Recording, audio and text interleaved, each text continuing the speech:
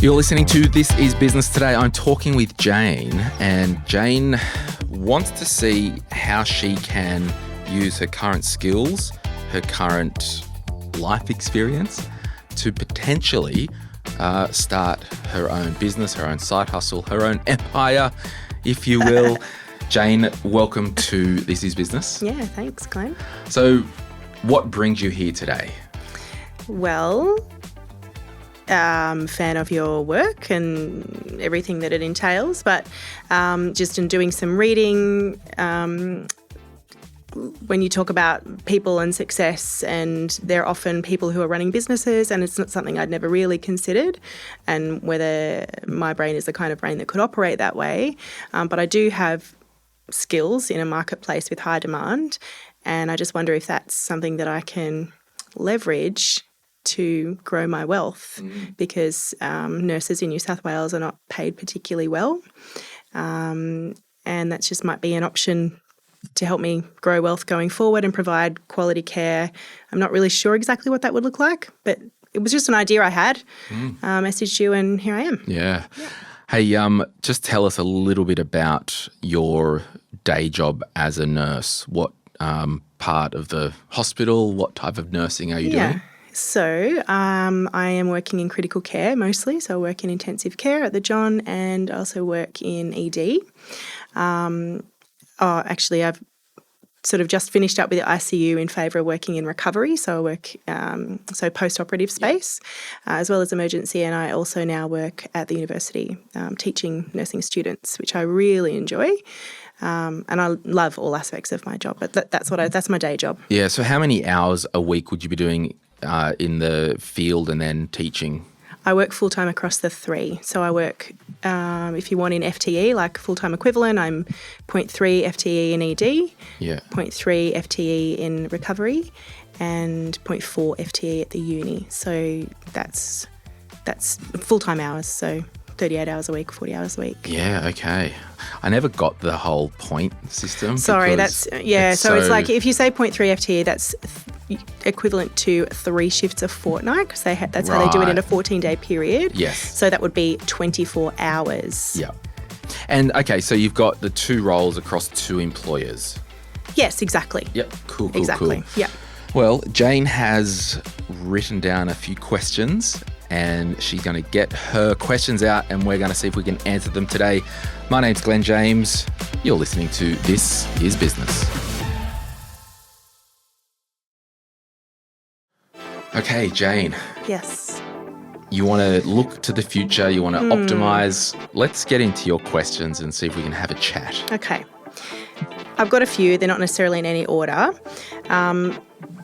Do we need to be at any certain level of the GJ hierarchy of needs, which I noticed in your work, which is similar to Maslow's hierarchy, but it's just your hierarchy. I love it. Yeah, I love it.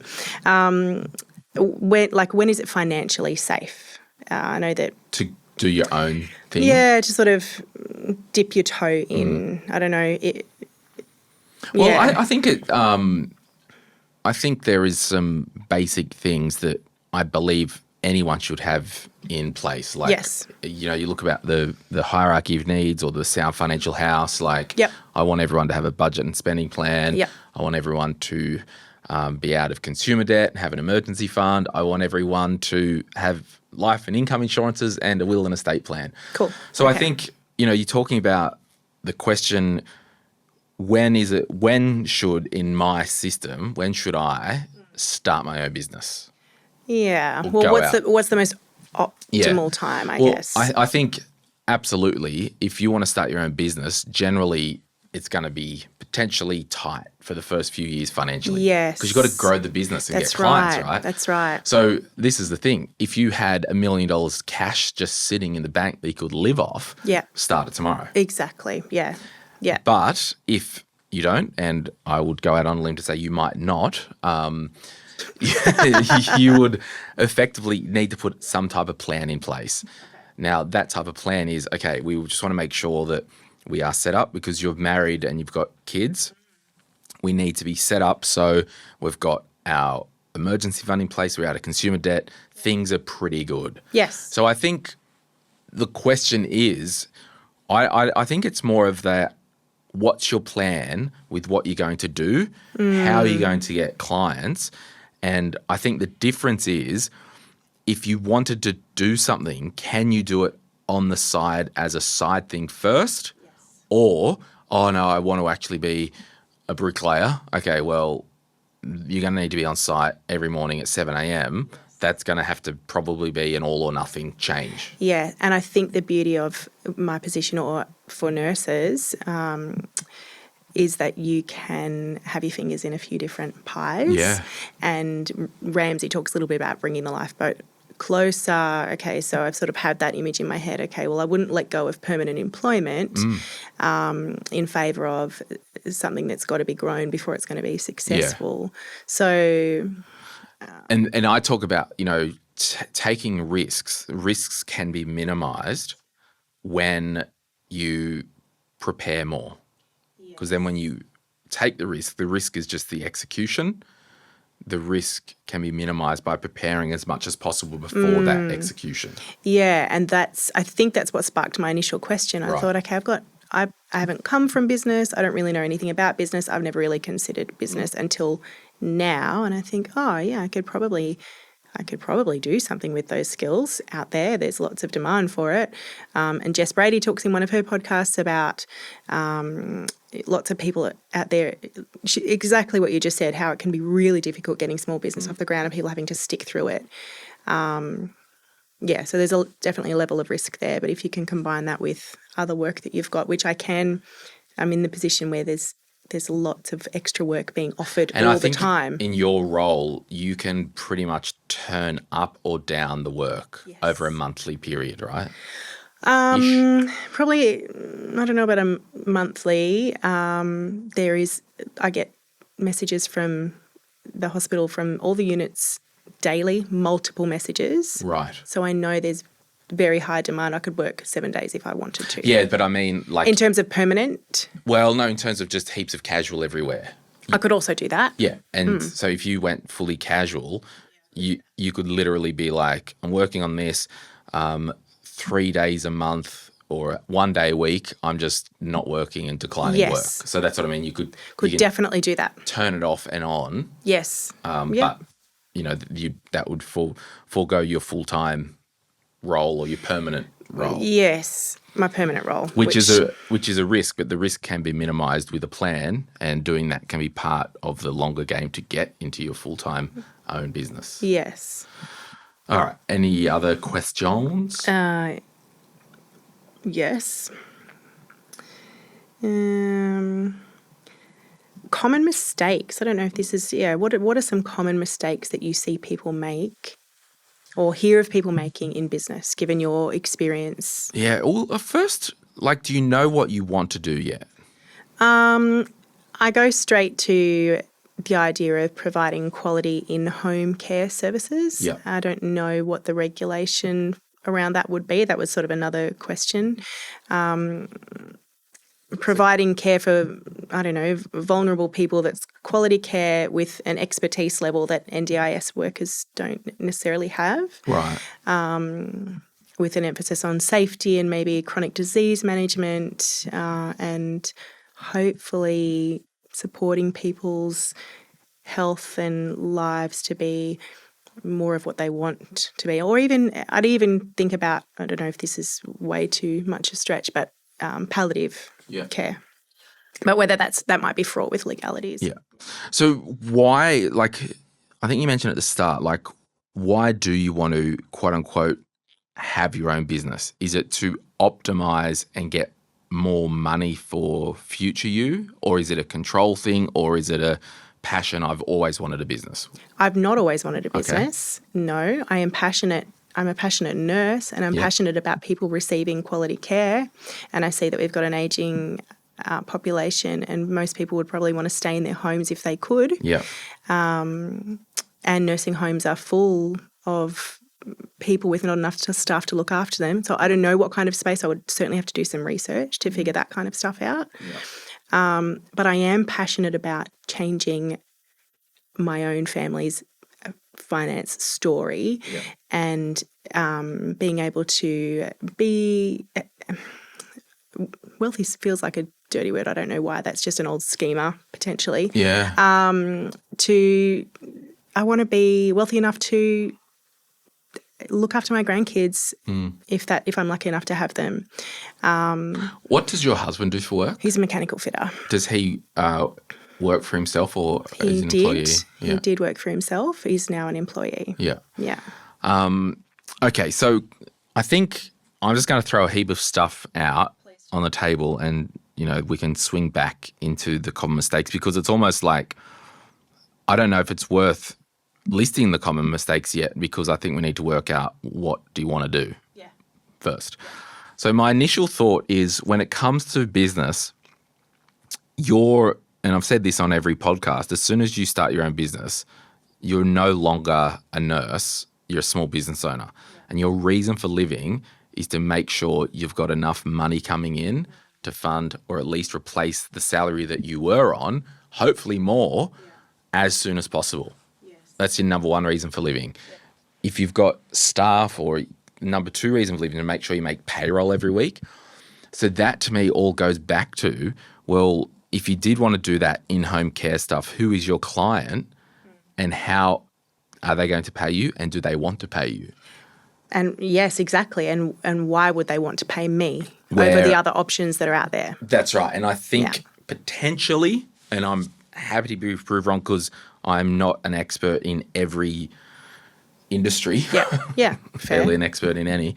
But in that type of vulnerable clientele, they, may not have the extra money to fund it. It's true. And the NDIS probably would. So the question is, do you just start your own business and have a service that plug in as an NDIS provider? Yes, that's another thing. Yeah, and then you go back to that whole thing. It's like, well, then I'm an employee then, right? well, no, like you could own the contract. So you could... You're like a subcontractor. Yeah, you could be a contractor, or you could go as a direct contractor for the NDIS. Yeah. But my question is, you probably don't need to do that, because you could do exactly what your passion is, helping people in home and all that, as an employee. Don't have to worry about getting clients, make the same money, and not take on any of the risk. Yes, that's so. Which is another question, but I thought it was pointless to ask. Am I better off continuing to exchange my time for money as I am? The more hours I work, the more I earn. It's hard to maximise your income as a nurse. Would you are you an RN at the moment? Yeah, I have a postgrad as well. So obviously, to get more money, and this is a really good example, because straight off the bat, I don't know if you having your own business will answer all your problems. Totally, no. So the question is, and I want everyone to have their own business if they want one, and they've got an idea, go for it. Yeah. But the question is, when we talk about, and in our career book, we talked about ask your boss for a pay rise, and it's like, well, I work for the government. Yes. It's all banned. Yeah, because I have that book and I've listened to most of it. Yeah. And so, okay, well, it's not a job discussion, it's a career discussion. Yeah. So the next kind of thing that you could plot is like, okay, RN, do I go down the road of, do I be a NUM or whatever, and then I'm a manager, not a nurse? Exactly. So your branches in nursing, if you want to, like with career progression, education or management. Another option is research, which is I've recently talked about with the uni, where I'm employed there, to consider continuing employment there in an academic capacity. They do like you to be sort of working toward a PhD. Yeah, okay. So now that's another expense. It's more time, it's more money.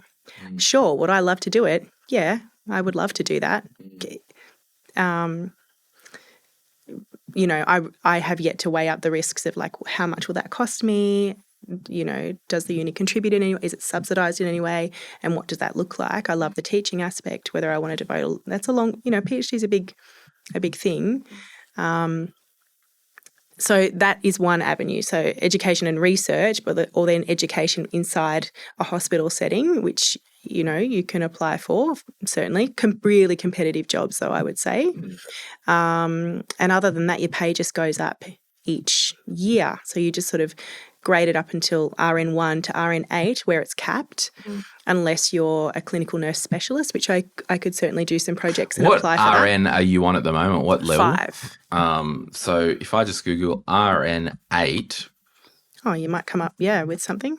I'm just having a look here. In New South Wales, a registered nurse, RN8, can expect to earn a salary from, say, 70 grand to 98 per year. This is this new Google search. It kind of does this AI summary, and you just... Does that sound about right? Maybe 100K for an 8? Yeah, probably. That might... Yeah, probably. Yeah, because as a 5, I'm probably on about... I'm going to say between 70 and 80, depending on penalties. Yeah, okay. So an RN8, so the 8 is the 8th year and then after. Exactly. Yeah, okay, cool. Yeah, so the 8 is basically 2 grand a week. So that probably checks out if this is the right document. It sounds about right. And that's it. Like, I'm looking here, nurse manager, first year, the award is, $2,400 a week, as opposed to an 8th year RN being $1,941 in New South Wales, that is. Yeah, and see, I have zero interest in management. Yeah, so I think... And I know that's an option. Yeah, but I think it's... When people are like, I don't know what I want to do, should I do this, should I do that? I reckon it's just as helpful to rule out what you don't want to do. Yeah, and I'm pretty clear on that. Like, I'm there. I like the clinical space and the education space, and I like to support patients in real time. And I don't think I really want to. I mean, management is way more than telling people what to do, but I just don't think that's. I don't think that's my skill set. And I don't think that's aligns with my personal attributes. Yeah, sweet. Well, we'll be right back after this, and we'll continue the conversation. If you're after personal financial advice, don't get it from a podcast. But if you want guidance tailored to your situation, head to moneypodcast.com.au and click Get Help. We'll connect you with one of our trusted professionals, financial advisors and mortgage brokers, who work with people right across Australia. No matter where you are, they can help. Now, before we get back to the show, a quick reminder to protect your financial life. That means having income protection sorted. It means having death cover if there's any debt or dependents relying on you. It means getting your personal insurance in order. Most people insure their car, they insure their house, but what about themselves? Sky Wealth, who support this podcast, are specialist financial advisors who can help you get the right cover in place. Their advice is often more comprehensive and better value than going direct through your super. Book a complimentary 15-minute chat at sky.com.au. That's skye.com.au. And they'll point you in the right direction. Rightio, we're back. So we've ruled out management. What other kind of questions did you have? Let me have a little look here. Because I just don't want to get to the common mistakes yet. Okay, yeah, good. What else have you got there? That. You sort of answered that one already. Regulations, legalities, and sort of bridging that healthcare experience and entrepreneurship. Yep. And I have not delved deep into any of that stuff and what that would mean, because I'm in a highly regulated workplace in both those roles. Yep. So I know what the demands and expectations are, and I'm covered, Yeah, so I think any industry has its own codes and regulations and all that stuff. And I don't think, for me, that's one of the things like, okay, I know I want to do this. I'm going to decide to do this. I've pinpointed exactly what I want to do. Then what we do is go, okay, what do I need in terms of regulation and insurance? Okay, so it doesn't, for you, in your mind, it's not an obstacle. No, and the same with the common mistakes. It's like, yeah, I want to be a dog a mobile dog vet nurse where I go around and That would be great. I'm the assistant nurse to the vet on mobile jobs and I'm a contractor. Okay, well, the common mistakes is for that exact position, don't do that because there's no money in it. Like, Exactly. so I think, that stuff kind of takes care of itself because a lot of the time people listening and you to a point, I've been guilty of this, we think, okay, what's the future look like? And we get caught up on all these little micro decisions and the micro questions. That's me to a T. So we need to just go, whoa, let's step back and be like, what do we want to do? What direction do we want to take? And it's similar to, I've had to learn as a leader with a team, the team will say, oh, Glenn, what happens, you said we're going on this journey. What happens if we get to a river or a bridge? Do we get the boat and go over the river or go over the bridge? Like, I don't know, but I just know we're going north. Yeah. And we'll figure it out when we get there. Yeah. Okay. So that makes sense. I do think it, it comes back to what do you want to do? What's your why? Yeah. You wanted, you started, what were you doing before the nursing degree? Because you started studying mid-30s. Yeah, well, actually, I started studying my first degree in naturopathic medicine at UWS before I got married, so in 2006, right? And then married and babies and went back to uni doing medical science. Yeah. And then I did a couple of years of biomed when we moved here from Wollongong. We moved to Singleton. Yep. And then I was doing biomed and I made a decision after 2 years studying full-time in my mid-30s, after my last baby. 34, 35. Yeah. 2 years invested in biomed. There are no jobs in biomed for some, it's in research. Sure, I loved it. Set my brain on fire. That was really exciting. But I got 3 children, a mortgage. That was a silly decision. But I was just sort of driven to, I'm going to complete my degree. That's what I'm going to do. So anyway, switched to nursing. Have had 0 regrets since then. No regrets at all. So graduated at 40, right? So yeah, awesome. So what's, do you hate your job and your life at the moment? No. Okay, cool. No, I'm just passionate about optimizing. Yeah. So the thing that I kind of think about, it's how do you, I think we'll rule out the research thing at the moment and doing the PhD. The management thing we'll rule out because I think you go down those roads, right, and it's so removed, quote unquote, from the actual work. And I was actually talking to somebody just this morning. He used to be a professor at Newcastle University and now he's working in the field doing the thing because there was some things changed around and whatever.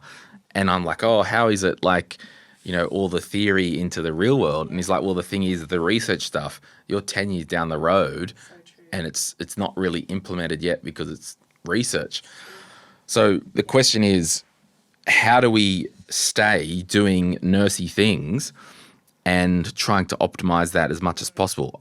As I said, my gut feeling is I don't think it is a self-employment thing unless, and this is what I want you to start to think about, how can you optimize your skills as a registered nurse and take that next level to another type of industry? Example, I was on a film set or something like that and who are you? I'm the nurse who's always here.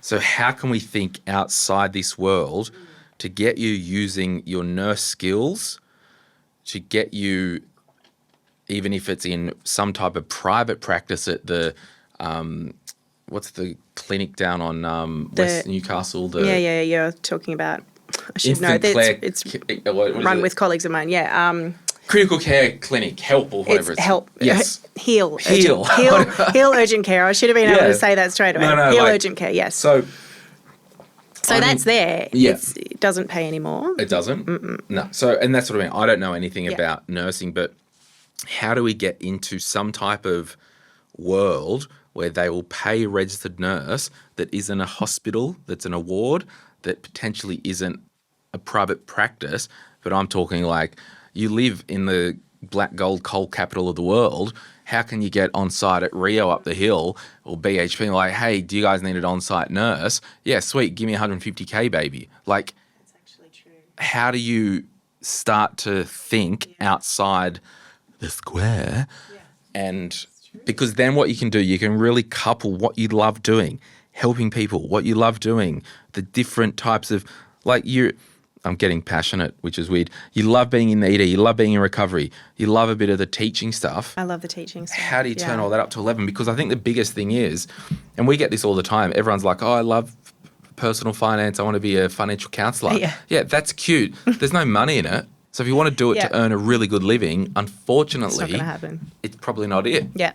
But if you love doing it and the same people, fantastic people working in non-for-profits, it's a lower salary and all that. That was a job I had considered earlier in the year because it was removing shift work. And so, doing the jobs that I've been doing for the last 5 years, it's 76 hours of night shift a month. Like it's 12-hour shifts. It's 50% night shift for doing your 12-hour shifts. It's exhausting. It's really taken a toll on my mental health and my personal health. And this is why I'm currently in the spaces that I'm in. And it was a career goal to work at the uni. So that's a big tick. But maybe consulting is a space, like you say. But then you got to go, who's the customer, who's the client, who you're consulting to? Well, I don't know. But when you're mentioning black gold capital, I'm thinking, oh, okay, well, what if they, maybe that's worth looking at and what's out there. I don't know what they need. They don't need critical care. Yeah. So, and this is the whole thing, right? Would you, and all that, and I know you're in deep mum mode at the moment, but like, is there a trade-off where I just Googled on-site nurse support in Newcastle, for example. I'm just like, is there something in this industry? And there's like cruise ship nurse. Like, I don't know. I'll tell you where I can go and earn more money is travel nursing. Yeah. Which is great, but I have 3 children. Exactly. So there's maybe ways that we can make that work for periods of time. And I've done some investigation down there, and that's a possibility. And it's something that my husband and I have sort of talked about. But we still do need a parent. We're in peak Uber parent mode. And that's what I mean. I said you're deep in parent mode. Driving them everywhere, doing all the things, the activities, and managing neurodiversity and all of that kind of stuff. So, I honestly think at this time for you, because you've said, like, you didn't say, I want to start my own business because I hate getting told what to do. No. It's like, okay, for me, I'm like, I don't want to get told what to do. I'll do my own freaking thing. Thank you. Because you're like, I want to optimize income for my future and our family's future.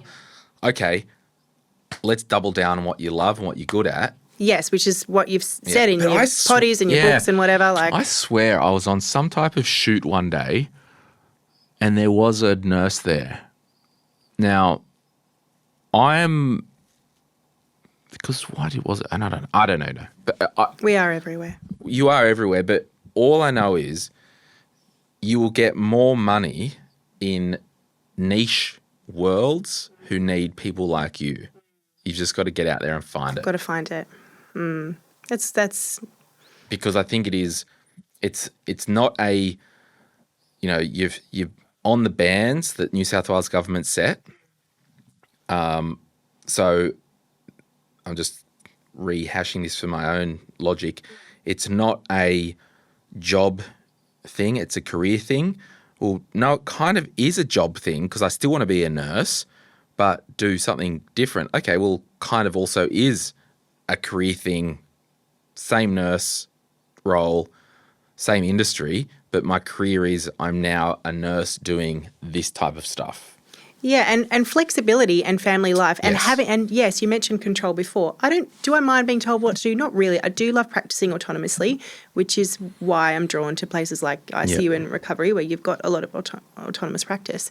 But I'd like to be research shows that people are generally happier if they've got more control over their work hours and their work lives. And I do want some of that. And I'd hoped that maybe business might allow me some flexibility and control around working when I want to work, when it suits me and my family. Yeah, I'm just looking here. telehealth nurse? Like, is there any money in that? Or do you want to be around people? I don't mind so much. Yeah, and one of my students did suggest being, you can work as an NDIA consultant. And they are very well paid. Yeah, that's what I mean. Like, it doesn't have to be like a binary, I'm a registered nurse now, therefore I need to get a job as a registered nurse here. It could be you need a role that they need some type of project manager, some type of person who understands the medical world. I had a friend, he was a physio. Actually, my first book, Callum, he was a physio, didn't like it, wanted to change, moved out of physio, got a job as a claims assessor at a life insurance company for income protection and disability claims, because you need people that know about the body in those roles. It's true. He did that for a while. Then he was the only one in the freaking building that had a brain, apparently, and they're like, oh, you're really good at change management. Then he went into change management. Now he's on well over I don't even know, Cal, what are you on? Over 200, maybe. Yeah. But it all started because he looked at his skills and how can I pivot them? Yeah.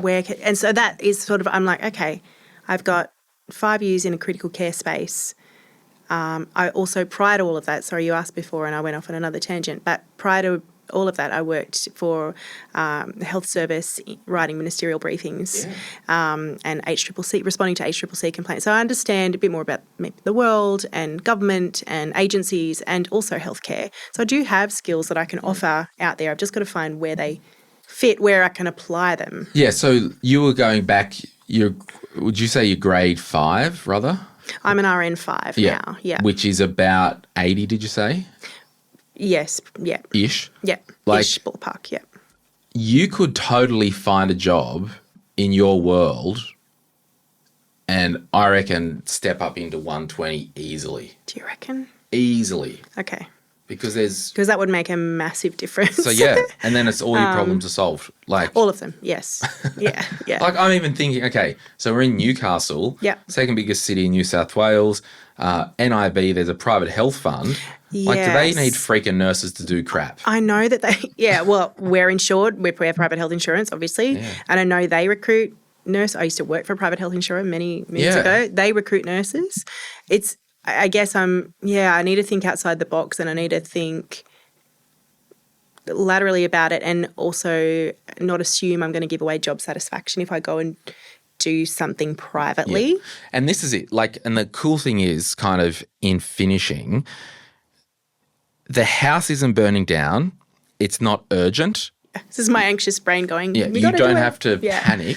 You don't have to go, oh my gosh, I need to do something. Blah. It's like, no, because you've told me you love your job, you love what you do. Yeah. You're 5 years into RNing. There is a bit of a runway each year. Your pay will increase. Yep. But, okay, what does 5 years from now look like? It does look like, in today's dollars, you're on 120, you're in a more senior role, you are... And the cool thing is you could still keep up a shift a fortnight in the ED or whatever to keep your hours and... Get my hands dirty. Yeah, because then you go to NIB or whoever, like, I'm still a practicing nurse, but I also do this because I'm passionate about this and this, but I still want to be on the ground. I still want to be on the floor. But I also, because, over time when you're working for public service and you're seeing other states get pay rises and New South Wales, we're losing people from, they're all going to Queensland. And if I didn't have a young family, then sure, I might do that too, but I can't do that. And we work hard for our money. Yeah. And I think you've got to optimise it. You've got to pull levers, and that's what this conversation's about. So, so I could probably just break it up. Yeah. A bit more than what I'm currently doing. Yeah. So, thanks for coming down to the studio and having a chat. Hopefully it's got some sparks flying. It really has. And if you are a nurse listening or a midwife or a doctor or an ambulance driver, any frontline type worker, thank you for your service, because it's, you only have to stay in hospital to know how much nurses run that place. Now, everyone is valuable and all that, but when I was in overnight with my stuff, guess who I was seeing more times than not? orthopedic surgeon wasn't coming in every hour and to check shoving on you. stuff in me. Yes, it's true. So there you Yeah, go. it's true. Yeah. They're around the clock. That's right. And most of us, it's not a job you do for money. It's a job because it's maybe says Well, you're a compassionate person, and it you're is called who to you it. are. Yeah. It's a vocation, I But suppose. I would also say you are allowed to go, I'm good at this, I love this, I want to optimize this Yeah. for my family and put Yeah. my family first. Yeah. So I'm going to lean in to go and get some more bickies based on the skills and Yeah. experience that I've had. Yes, love that. Yeah. Thank you. Well, friends, thank you so much for listening to This Is Business. My name's Glenn James, and this was Jane. Bye. Thanks for listening. Bye. Any advice is general financial advice only, which does not take into account your objectives, financial situation, or needs.